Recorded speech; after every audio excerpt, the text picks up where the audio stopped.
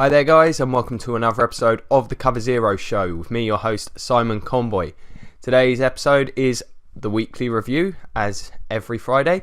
However, it's the day after the NFL draft, so this is going to be a longer episode than normal. Plenty to get into, so I'm just going to go over a couple of transactions that took place this week. Then, of course, go through round one. I'm going to assess each pick and give some of my thoughts on the round as a whole, and then going to look at round two, who are some of the best prospects available, and maybe play a little bit of matchmaker with some of those early picks. So let's get straight into the signings. The Adrian Peterson, I suppose, a saga. I don't know if it's quite epic enough to be a saga. That's over. He's now with the New Orleans Saints on a $3 million deal. It's incredible upside here. Adrian Peterson, you'd have to say, at 32 with his injury history, there's a chance that he's done. But there's pretty low risk, not a huge amount of money there. And this is a different type of, physical specimen. So I would be very hesitant to say that he's done. I suspect they're looking at him as, a backup to Ingram, but I certainly couldn't rule out the possibility that he outperforms Ingram and earns the starting role. I think there's a very low risk here. Potentially ego could get in the way, I think, if he does struggle or doesn't see too many snaps. He could be a bit of a distraction. It would be a bit of a story, but I think, that's a risk worth taking. And this is a interesting signing for the Saints. It could end up working out very, very well for them, and as I say, very low risk. So I like this move. The other, Marshawn Lynch, same draft class. He's now an Oakland Raider for a late round pick, going to Seattle.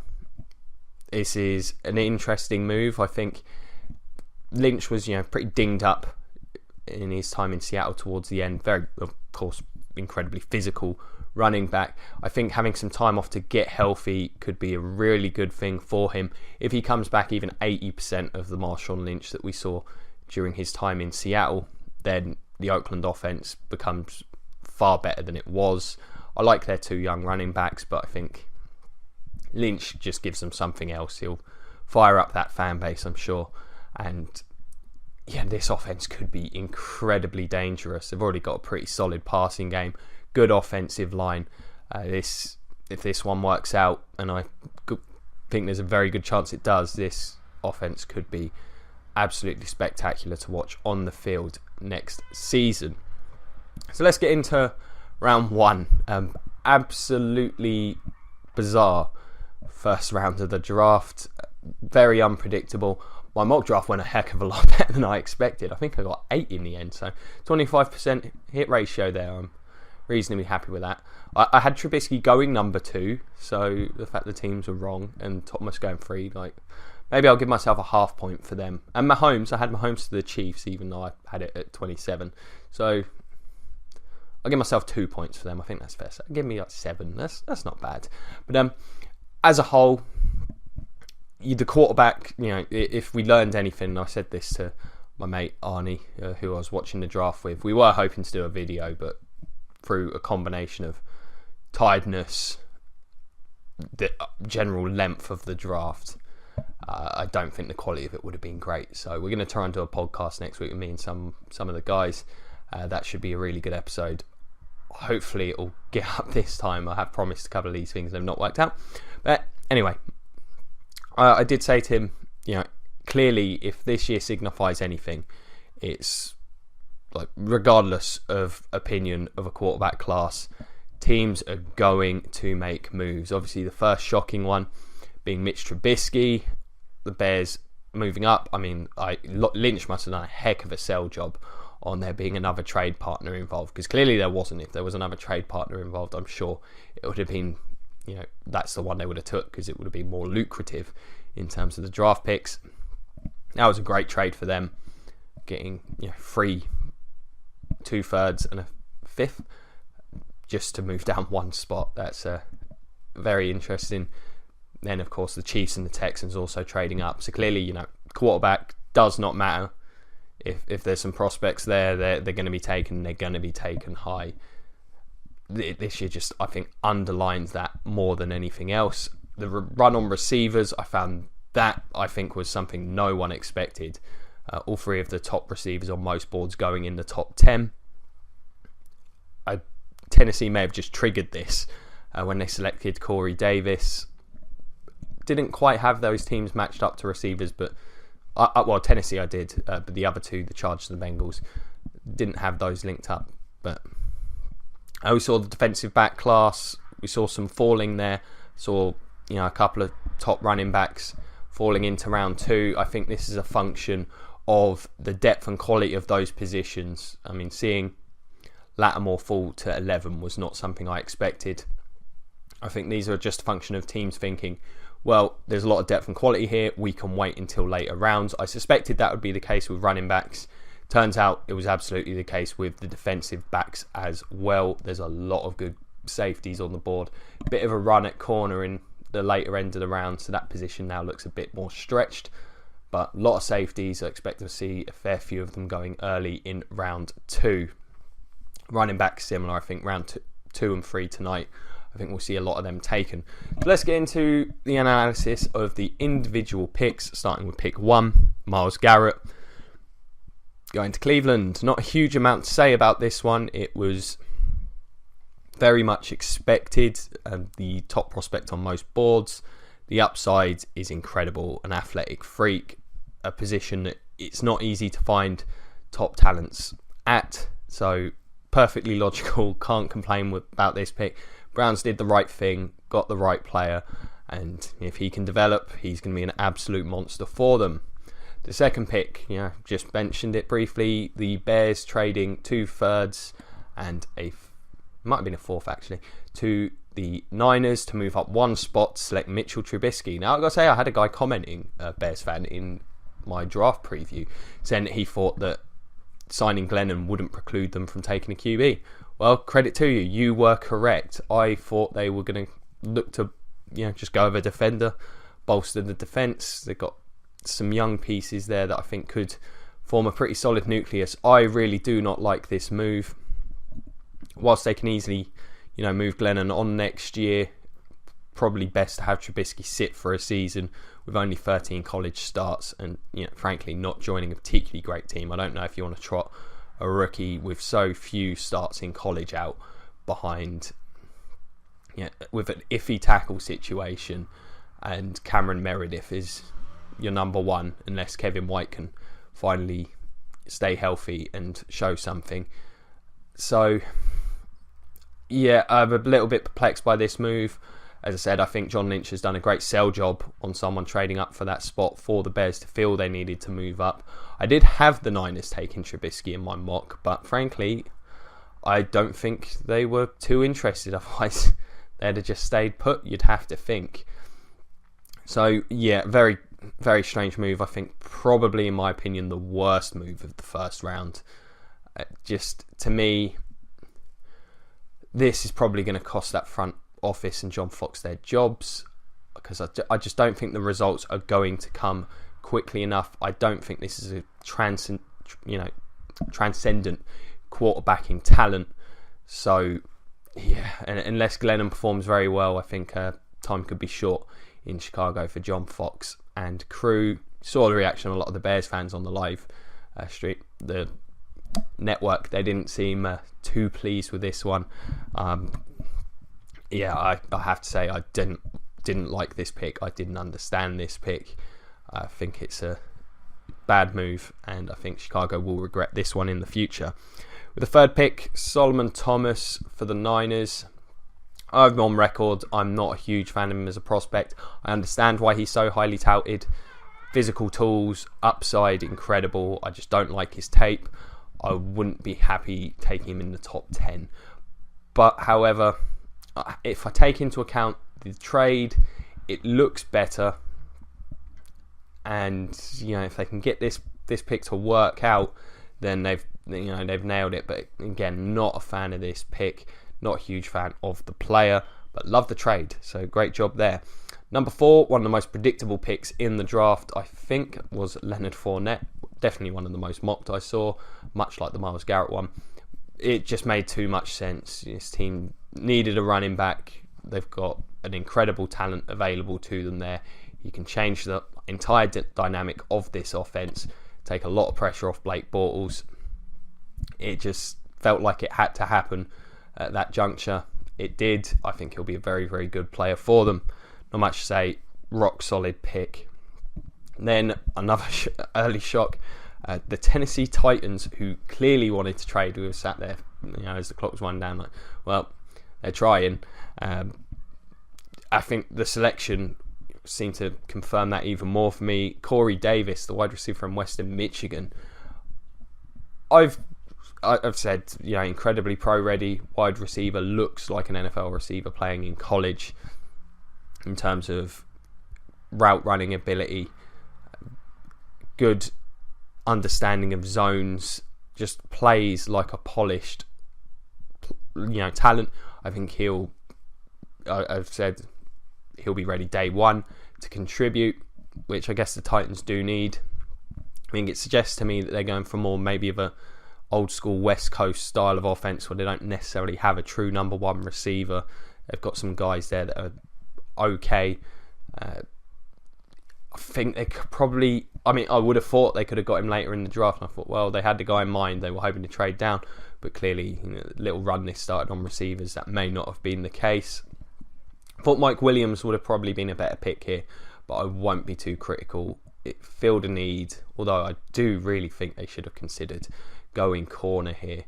But, an okay pick. It's fine. I don't think it's the most exciting considering who was on the board. The Jets with Jamal Adams, this is one I had mocked. It just is a team in a rebuild, as much as they may not want to say it. Get one of the top prospects available. They've absolutely done that. Don't know what this necessarily means for Calvin Pryor, because I can't see either of those two players playing free safety. But he was, one of the top prospects on the boards. The kind of, you hear all the intangible stuff about what a great leader he is. New York could definitely use that. Gives them someone to build around, and I think he's going to be a very, very good player from day one. A really good selection for the Jets. Can't critique them at all. The Chargers, a bit of a surprise here going with Mike Williams. Receiver was a need, absolutely, especially with Keenan Allen's injuries in the last couple of years. Rivers, I'm sure, will be happy with this one. They did mention on the show, and this is very much the case, Rivers had a lot of success with jump ball specialists in that offense, and they got just that at this pick. Definitely a solid pick. Feels a need. Reasonable. I think there were better players on the board, but at the position he was the top player on the board. I think it's a perfectly fine pick. Helps Rivers out a lot. If they can get some O-linemen there, then look out. The Chargers could be a lot better than people think next year. They've got some good talent on that team. The Panthers going with Christian McCaffrey. A lot of people had this mock. I decided to be clever and think they go over defensive end, which I do still think is a huge need there. Well, this makes that offense a lot more dynamic. Jonathan Stewart's a fairly one-dimensional running back. Had some problems staying healthy. I still think he's going to have a role in this offense. I suspect McCaffrey will actually be used as a receiver, like a slot-type receiver, a lot more than people may think at this point, with Jonathan Stewart sort of the primary back. Because I think there is a need there for Carolina. Their two outside wideouts in Benjamin and Funchess don't really offer a huge amount over the top outside of maybe the jump ball. So I think McCaffrey certainly helps being able to line him up in the slot. Of course, he'll play some running back as well for them. It's a solid move. I think, as I've said before, I think going running back in round one this year was something I was very spotty about, just I think you can get someone good later, and I think defensive end is a need crying out to be filled there. But it's solid. I won't critique them too much. It is one of the top players in this year's draft. At 9, we've got the Bengals going with John Ross. Now, I didn't see this one coming. Clearly, they're thinking AJ Green needs a running buddy. Having a guy this fast with AJ Green, you can't leave one-on-one. He will eat up a single man coverage like all day.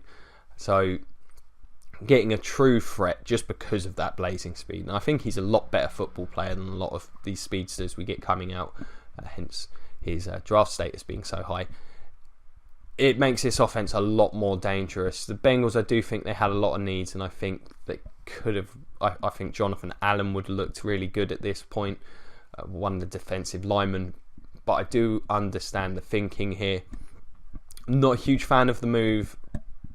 It's a fairly mediocre pick, but I guess they're just thinking they can't get anyone that will help the offense as immediately as John Ross, and that might be true, to be fair. So reasonable pick, not a huge fan myself, but this one could certainly end up working out. I'm not looking forward to seeing Andy Dalton underthrow him though. I've seen enough of him underthrowing AJ Green with John Ross's speed. I'm sure there's going to be some ugly ones in that side of things. Sorry Dalton, but the tape don't lie. At 10, this is a mock draft pick I'm still claiming credit for. I had the Chiefs selecting Patrick Mahomes. I just didn't have him trading up so far to go get him. I mean, this is the best case scenario for Patrick Mahomes himself.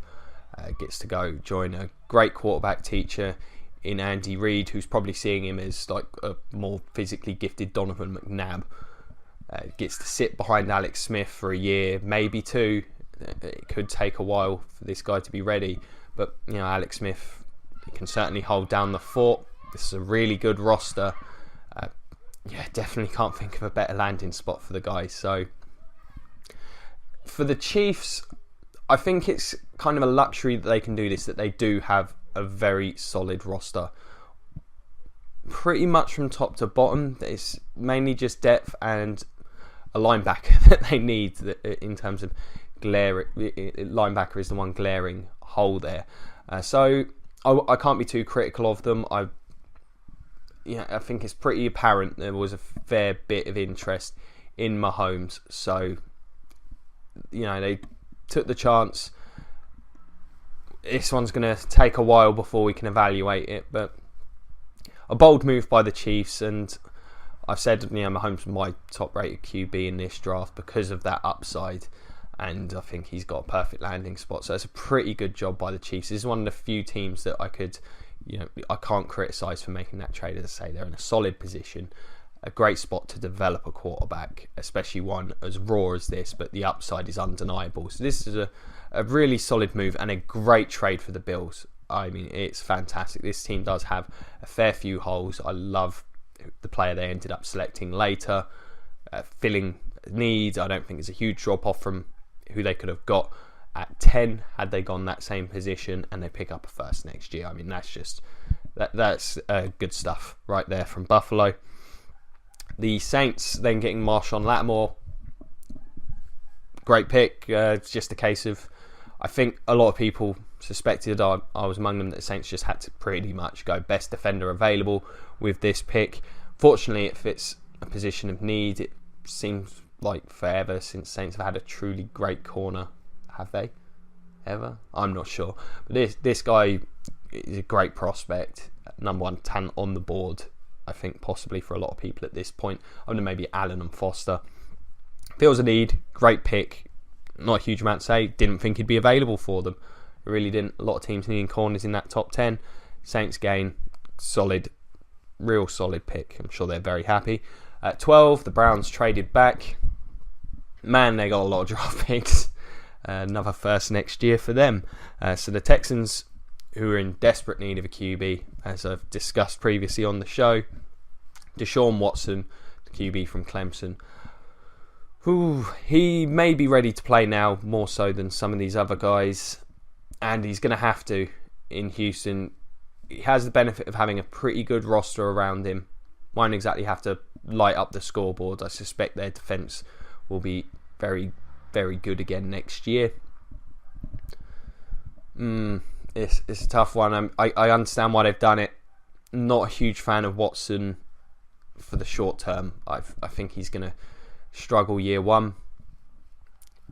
I don't think this is a great pick, but yeah, I feel like the franchise was a little hamstrung into making a move like this.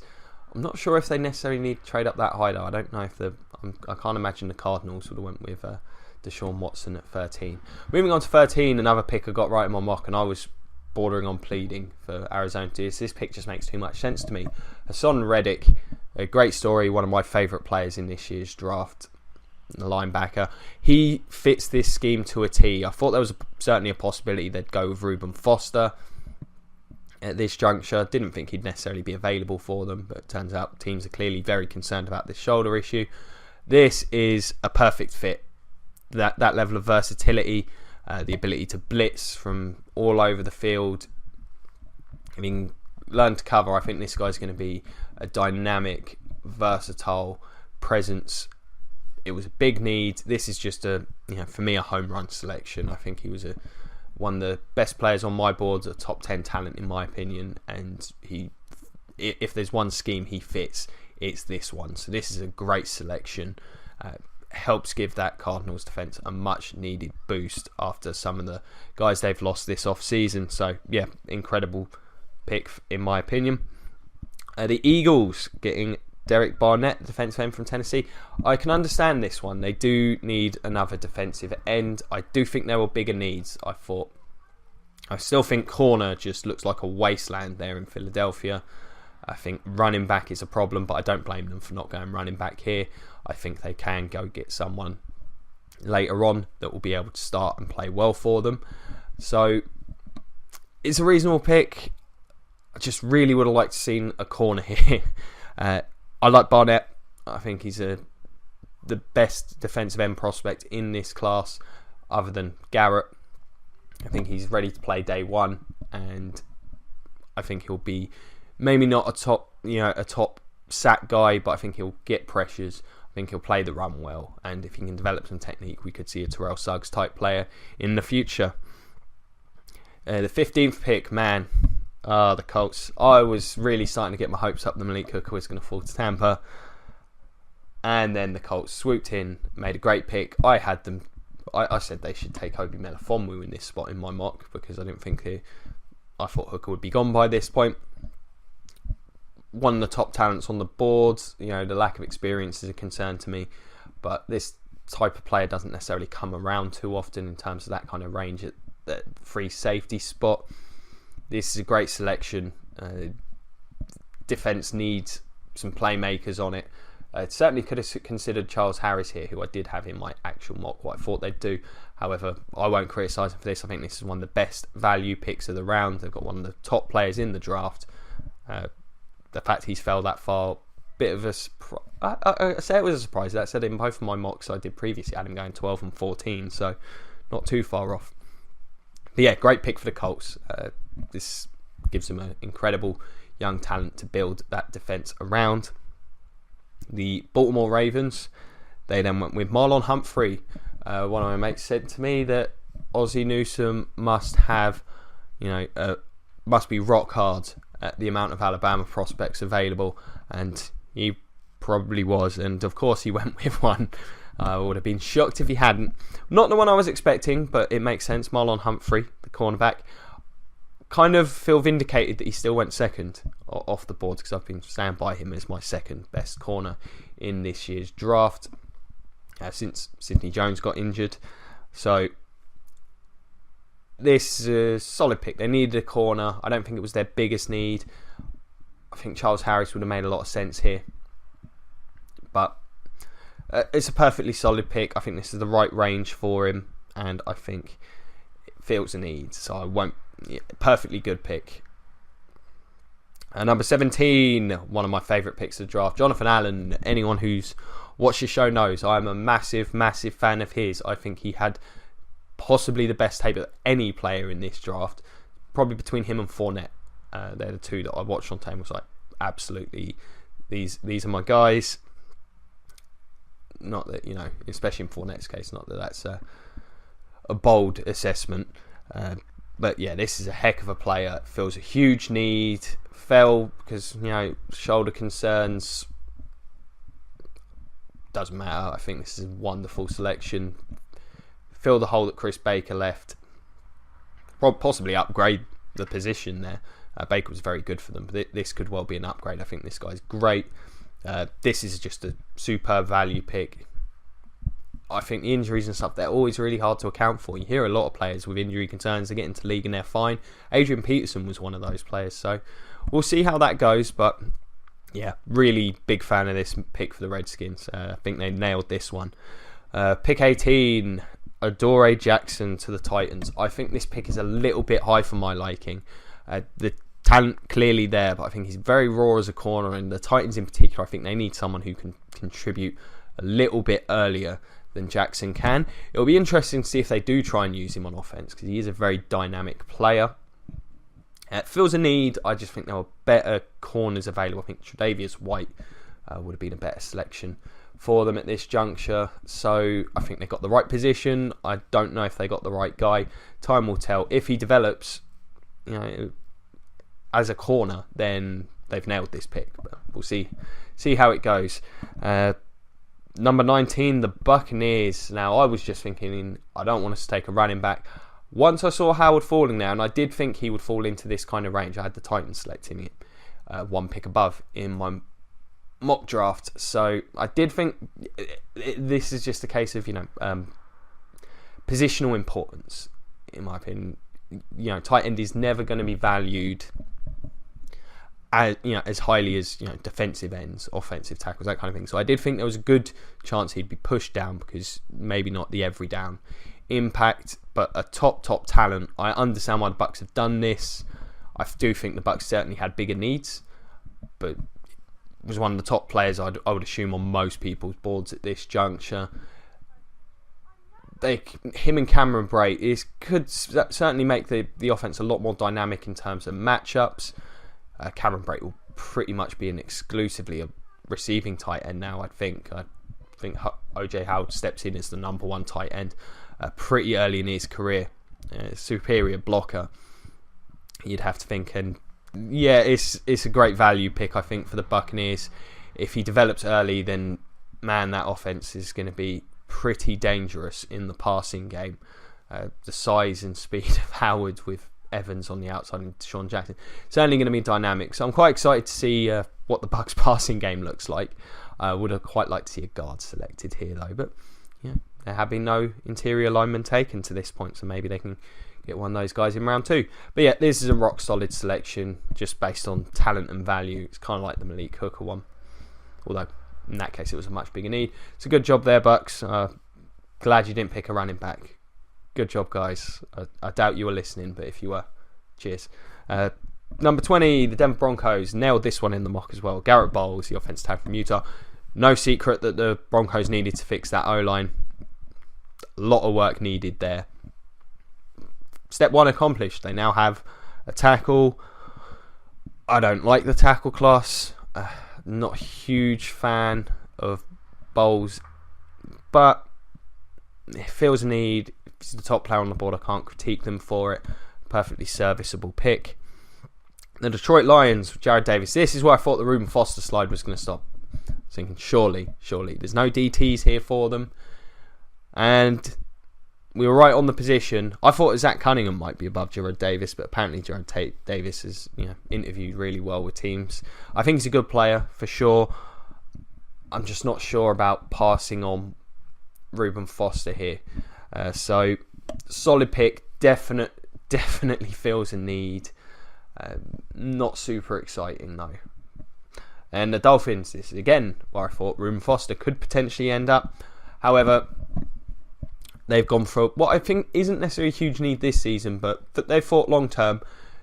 Charles Harris, I think this is a really good spot for Harris to fall, because Hayes and Wake will be the primary defensive ends, I would think, unless Harris really blows them away in training camp. I've been saying from early on in this process, Harris will need to bulk up. I could see him getting mauled in the run game in the NFL at this point in time. However, possibly the best pure pass rusher in this draft.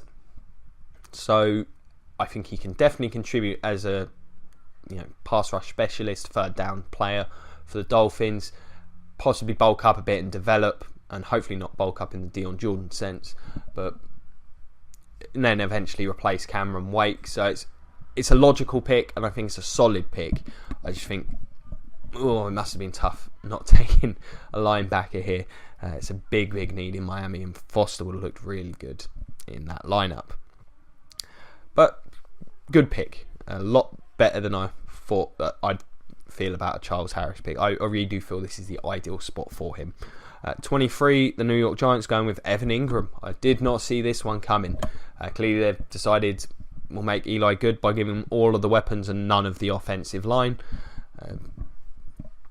I mean, this guy's a great receiving tight end. I mean, he's got, Jordan Reed type measurables. I'll compare a lot of them to Jordan Reed, but good player. I really feel there were spots they needed to address. Even if it had been a guard, I think that could have allowed them to shift about that line a bit. It's all well and good having all these weapons, but that offensive line was really poor.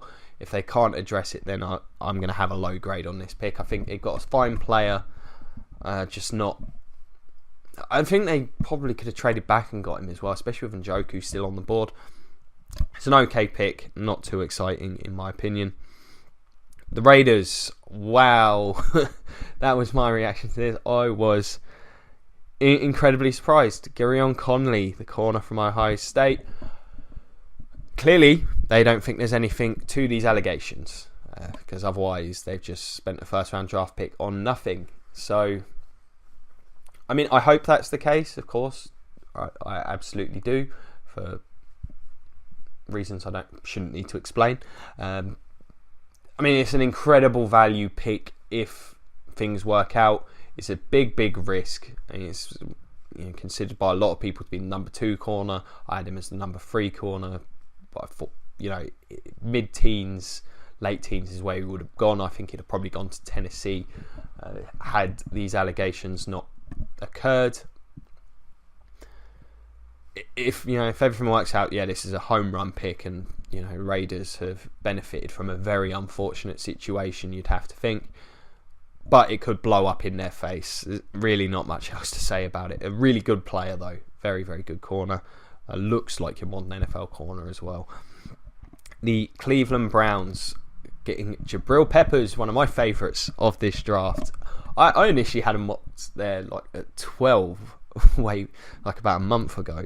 It's just something that it just felt like a move they'd make. They're very heavily analytics based. I imagine he probably tests quite well on that with his physical skill set, combined with his ability to actually tackle people. He's a great tackler for a guy his size. This is a really good pick in my opinion. Again, they can use him in a variety of ways. I think he may. It is impossible for me to say, having not worked with him personally. He may have to learn how to play deep safety. That would be my one concern. But as a thumper, he's going to be good at that job. Maybe use him as a linebacker in some sub packages, cover some tight ends. He's got the athleticism to do it, even though it'll be a size mismatch. I really like the player. I think this is the right kind of range for him. And good job there, Cleveland. Big fan of that pick, actually. The Falcons then trading up for Takk McKinley. They must have had a much higher grade on him than the other players that were available around this point. Cause, you've got TJ Watt, Taco Charlton was still on the board. I just think trading up seemed a bit unnecessary. It could have just, unless they really had McKinley high. It's the only logic. So they must have done so.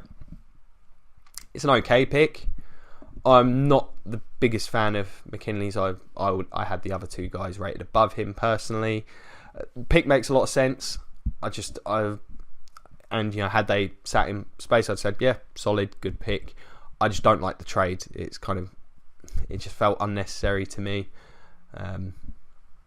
They needed a pass rusher. If he can develop quickly, that'll be a great benefit for them.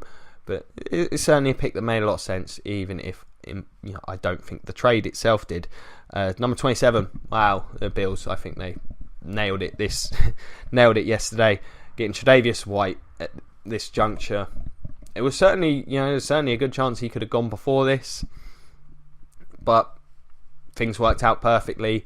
I think they would have strongly considered taking a corner at 10, getting a first next year, and I don't think the drop off between the corners that are already off the board and Tre'Davious White is that huge. Is just a great job. Then it was a position of need. They managed to trade back, get another first, and still get a guy. Yeah, that's perfect drafting right there. It's one of the best moves of day one of the draft. So great job there, Buffalo. You nailed that one. Number 28, a bit of a surprise. The Cowboys continue their quest to play the 2017 NFL season without a secondary. Taco Charlton feels a big need. Absolutely. Some teams, from what I've managed to gather up from interwebs, had him with a really high grade, and you can see why. He's a bit of a one-year wonder is my one concern. However, it kind of fits what they do defensively as a defensive end. Maybe a bit of a slow process developing him. I don't know if he'll have a huge impact in year one. I just feel they had to go with a defensive back, even with the quality of depth. But seeing how the run on corners, there's not a lot of them left. I think Kevin King would have been a great pick here, but I won't go him too harsh. It's a perfectly fine pick. It's just, man, they really need corners. The Browns then trading up to get the 29th pick, gave up a 4th, I believe it was, to do so, and taking David Njoku. This is a solid pick. I think he is a bit of a developmental prospect. I'm not sure how much he'll necessarily be able to contribute as a pure tight end early in his career, but certainly bring him in to play wide receiver. But this is a team, I think, drafting for the future, and I think this is a really good prospect with that in mind. Maybe next year's the year they grab that quarterback, barring doing something crazy for Garoppolo tonight, which I just can't see happening at this stage. Patriots, unless the Patriots really like next year's draft. So they're going to go another year without a quarterback, you'd have to think. But this guy, once the quarterback is there, they'll probably appreciate having him. I mean, in terms of athletic skill, this guy could easily be the best receiving tight end in the league in like 4 or 5 years, once Gronk's career is starting to wind down. The Jordan Reed comparison I made, this is even more appropriate here. This guy runs like a wide receiver, catches the ball superbly. If you can learn some of the nuances of the position, look out. I think he's going to be very, very dangerous as a weapon in the league. Makes a lot of sense. The Browns don't have a huge amount of weapons, and I think he's probably the top projected weapon available outside of maybe Curtis Davis, who they probably get in round 2, possibly. He might go off the board pretty quick, especially after seeing how quickly the receivers went in round 1. Number 30, the Steelers getting TJ Watt. Certainly outside linebacker and corner felt like the two positions they were looking at. Not sure Kevin King fits what they do. So TJ Watt made a lot of sense here. I think this is a really, really solid pick. I don't think he's got the highest ceiling, but I think he's got a pretty low floor. I think he'll be a good player for them. Makes a lot of sense. Really solid pick. Nothing bad to say about that. Oh, the Niners. They made up for my dislike of Solomon Thomas by taking one of my top prospects on, in this whole draft in Reuben Foster. Because, man, I love watching this kid play football. Getting him at 31. Great job. Gave up very little for him. And, yeah, this is a team that needs impact players. Defensively, they've got so many first-rounders like playing in that D. I mean, you're looking at 3 linemen in Buckner, Armstead, and now Thomas. Then you got Foster. Jimmy Ward was first, I believe, and Eric Reed. That's a lot of first-rounders on that defense. Those guys need to step up. Foster will be their leader, and I think he's going to be a great player for them. This is one of the best picks of the draft. Superb job there. Makes up for my dislike of Solomon Thomas. So maybe if you switch them around, I'd feel good about them in terms of where they were drafted. And 32, Ryan Ramczyk to the Saints. This was a bit of a surprise. Never underestimate Sean Payton preferring to take an offensive player when he can. Makes sense. There's a need at right tackle for the future. I don't see Ramczyk necessarily playing this year, which I think is fine. Give him a year to bulk up in an NFL strength and training regime. I just don't know if it's I think maybe they could have waited, got a tackle later on. I don't have Ramczyk rated too highly. I think defensively, with the needs they've got, there were certainly better prospects available. So, a little bit dubious on this one. Understand the thinking behind it, but not a huge fan of this pick. Saints, you almost had it. You had me with that first pick, and then you kind of just fall back into the middle of the pack with this one. So that wraps up the selections in round one. So just a quick aside on sort of my favourites. The Bills, I think they had the best day one. Simply that trade.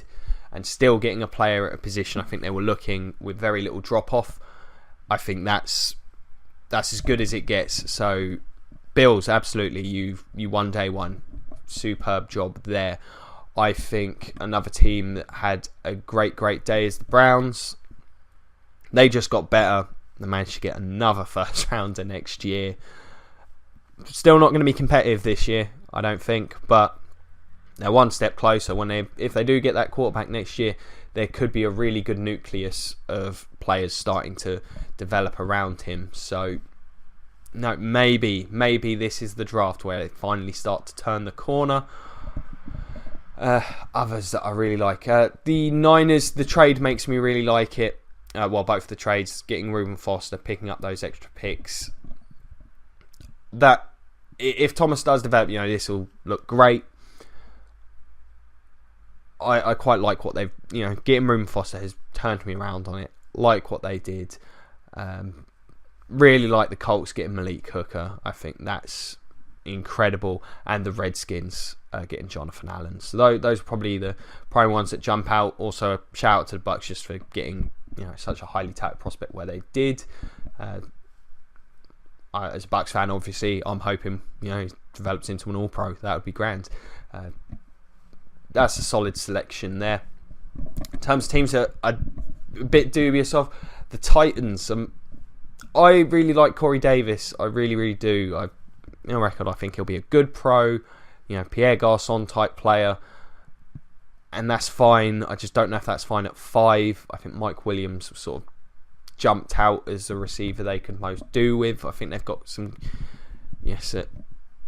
a mismatch type of wide receiver would have been nice for them to have. Someone in the red zone. And I'm not a huge fan of Adoree Jackson that high up. I understand the upsides and the athletic ability there, and I understand that's why he's been drafted there, but I do think there were better corners available in terms of next season, and I do think the Titans desperately needed a corner who could step in and play day one. The Bears stand out as at the absolute utmost. I hated the fact that they made the trade, and then I don't think Trubisky is worth that selection. Did they really like the thing? I also think, do you really have him rated that much higher than the other QBs? Because you must do, because you're going to have one of them there at 3, so I have to be critical of them. Sorry about that, Bears fans, but just really, really not a fan of that. The Raiders potentially, of course, because if that legal situation doesn't work out, then they just wasted a first round pick. I think the Texans, in a way, simply because they found themselves in this hole, that Brock Osweiler deal has really, really hurt this franchise, where it's essentially cost them 2 first rounders and a second rounder to try and correct that mistake. So Deshaun Watson has to work out, because that's what you've essentially cost this team in the end. So I'm not a huge fan here, so I think that's a tough one. But yeah, those are the ones I really don't like. Quickly, just to sort of wrap up some of my top prospects for round 2. I think this round is loaded with safeties. I think we're going to see a fair few of them. We're going to see some interior linemen go, in my opinion. It's still got Forrest Lamp and Cam Robinson on the board, which is a surprise to me. Dalvin Cook will go this round, surely. Joe Mixon's a possibility. I think he enters the mix at this point. I think there'll be a few wide receivers go. So my favourite player left in the draft, my top rated players left in the draft are 2 running backs in Alvin Kamara and Dalvin Cook. I think they're both great. I was really hoping to see Alvin Kamara get taken in round 1. Alas, that wasn't to be. So I think running back, some strong ones there. There'll certainly be a couple of teams, I think, with eyes on the running backs early in the second round. Expect to see those Dalvin Cook and Kamara go pretty quickly. Man, I'd like to see Kamara in Tampa. That would be grand. Similarly with the guards, I think Forrest Lamp in particular, a lot of teams with needs on the offensive line. I think Jacksonville, also Los Angeles, both Los Angeles teams picking pretty early. They're both in need of offensive line help. So certainly look at those. Really, really like Obi Melifonwu and Buda Baker. I rate both of them very, very highly. I think they're going to be great value for a team in round 2.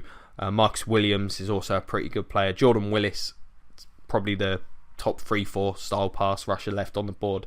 I expect to see him go. Still got some good corners. Quincy Wilson, Kevin King.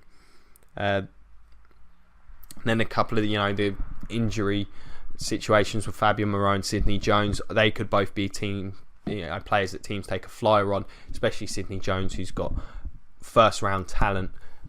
You just have to redshirt him, and this will be where we start seeing, I think, some defensive linemen starting to be taken. Malik McDowell's still a giant question mark. Guys like Chris Wormley, I think they start to go. So yeah, it's certainly going to be fun. So I'll be tuning in tonight. I'll be giving my thoughts on that tomorrow morning.